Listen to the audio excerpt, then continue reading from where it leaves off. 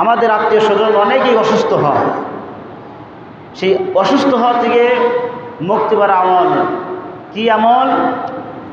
কোরআন শরীফে সূরাতুল আম্বিয়া 17 পারা, ওয়া আইয়ুবা ইয নাদা রাব্বাহু আন্নী মাসসানিয়া দুররু ওয়া আনতা আরহামুর রাহিমিন।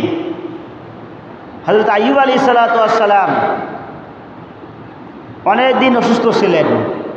কেউ বলে 18 বছর, কেউ বলে 9 বছর, কেউ বলে 20 বছর, যা হোক তিনি অসুস্থ ছিলেন। দীর্ঘ টাইম কি ছিলেন? অসুস্থ ছিলেন। এই জন্য আল্লাহ তাআলা বান্দাদেরকে শিক্ষা দিলেন যে অসুস্থ হইলে কি দোয়া করলে আল্লাহ তাআলা অসুস্থতা আরোগ্য দান করবেন। ইয নাদাহু রাব্বাহু আন্নী মাসসানিয়া দুররু ওয়া আনতা আরহামুর রাহিমিন।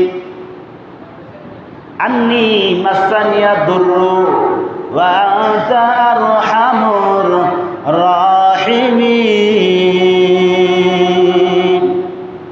এই দোয়াটা করবেন,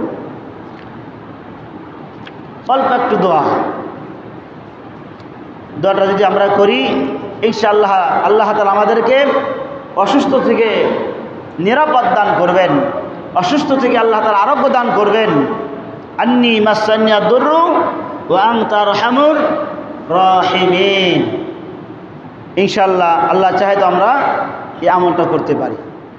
প্রিয় হাজিরিন, আল্লাহ তাআলা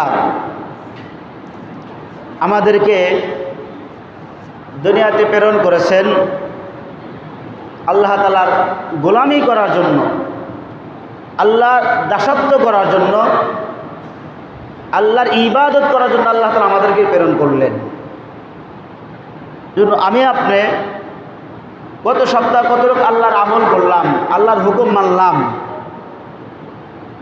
আমাদের প্রত্যেকে একটু চিন্তা করা দরকার যে এই সপ্তাহ আমি কতটুকু আমল করব।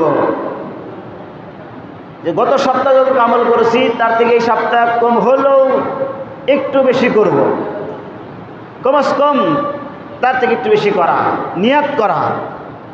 নিয়াত যে করলে নিয়াত করার সাথে সাথে আল্লাহ তাআলা বান্দার আমল নামায় 10টা সওয়াব দান করে দেন। জোরে বলা যাবে সুবহানাল্লাহ। প্রিয় হাজিরিন, আমরা কোরআন অনুযায়ী জীবন যাপন করতে চাই না। কোরআন আমাদের ভালো লাগে না। আমাদের একটু কবরেজের ফোফা দিল, এটা তাবিজ দিল, এটা অনেক বড় মনে করি। কিন্তু কোরআন যে সমস্ত কাজের মূল, কোরআন যে সব কিছুর দিক নির্দেশনা, কোরআন আপনার জীবনের পাথেয় পথ।